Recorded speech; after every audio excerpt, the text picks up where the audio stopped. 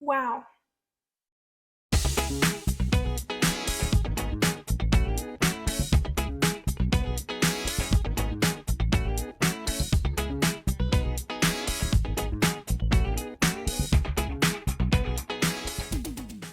Welcome back to Hannah's Harvest. I'm really excited about our project today.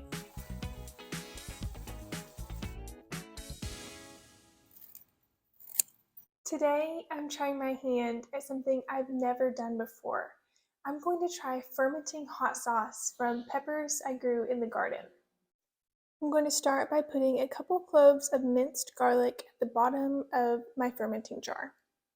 Next, I'm going to chop some garlic roughly. I don't need it in small pieces, just small enough to fit easily into the jar. Here are the peppers that we're working with. I'm adding in 1 small jalapeno, some buena mulata peppers, which are really spicy. Then the majority that we'll be working with are blazing bananas, also a spicy pepper, and I have a couple sweet peppers to add.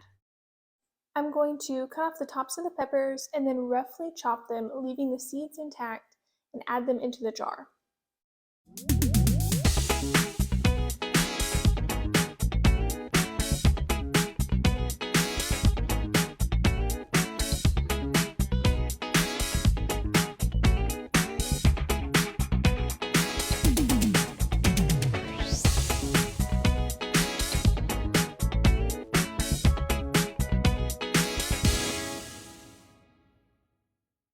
Now it's time to make the brine.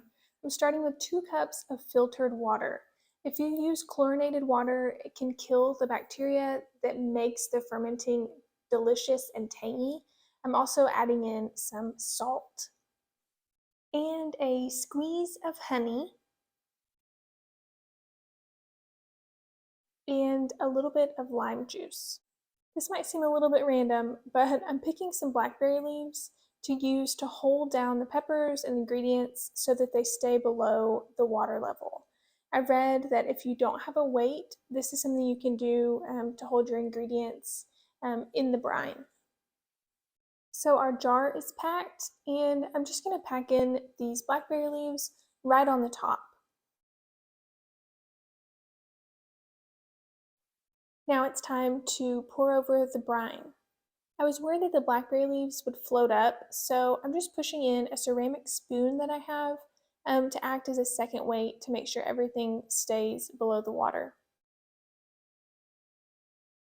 I'm using the spoon to strain off any floaters that I have. And our peppers are ready to sit on the counter. I think I'll give these about 5 days and then we'll check and see where they're at.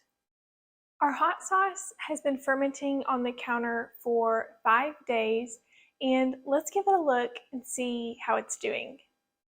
It's a little bit difficult to tell on camera, but the brine has gotten cloudy, which I read is a good thing. Also, we have some bubbles at the top, and I can tell that the peppers and the chives especially have changed color. They've gotten more muted and bland in color, so those are the signs to look for to make sure that our fermentation is working. When I take off the lid, I can immediately smell a difference in the solution. It smells kind of yeasty. I think that that's a good thing as far as everything that I've read about fermentation, so I'm pretty sure that means that it's ready to be blended up and taste tested. So I have my tools set up on the counter here. I'm going to start by removing the spoon that I had used as a weight to hold everything down. And then I'm going to remove my blackberry leaves. Remember that I used these just to hold everything in place, make sure that the smaller bits weren't able to float to the top.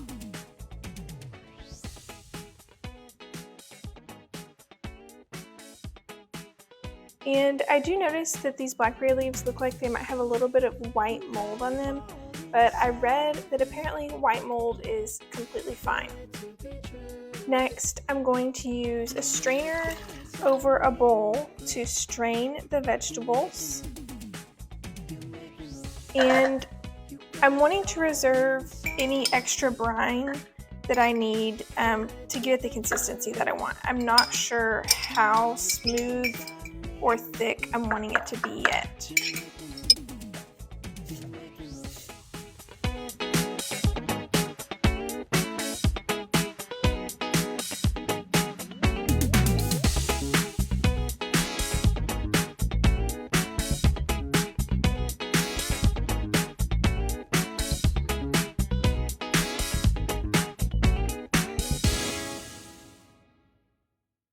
Okay, I think I did everything correctly.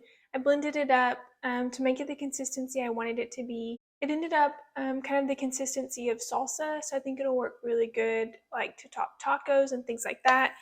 And so now I'm going to give it a taste and see what I think.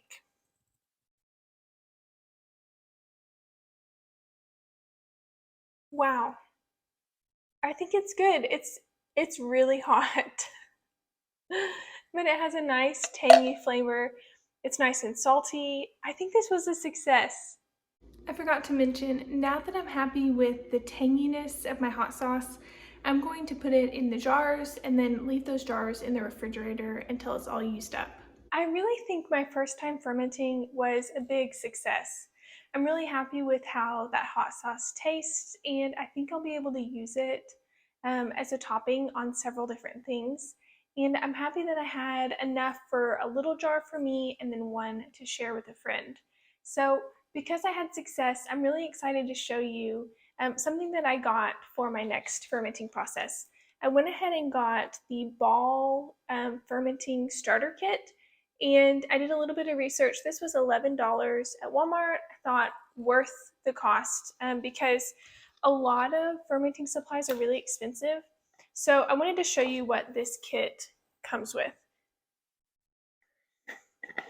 It has a fermenting jar, just a mason jar with a fermenting lid, which I'm excited to try. It also comes with a spring that acts as the weight to hold everything below the water line. And we have some salt for pickling and preserving. I think the thing I'm the most excited about is they send balls fermenting recipes. So I'm really excited to use this and hopefully continue to ferment some things from the garden in the future.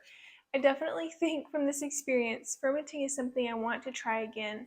The thing that drew me to it the most was that it's kind of the opposite of canning in that you don't have to follow a strict recipe. You can kind of throw in whatever you want.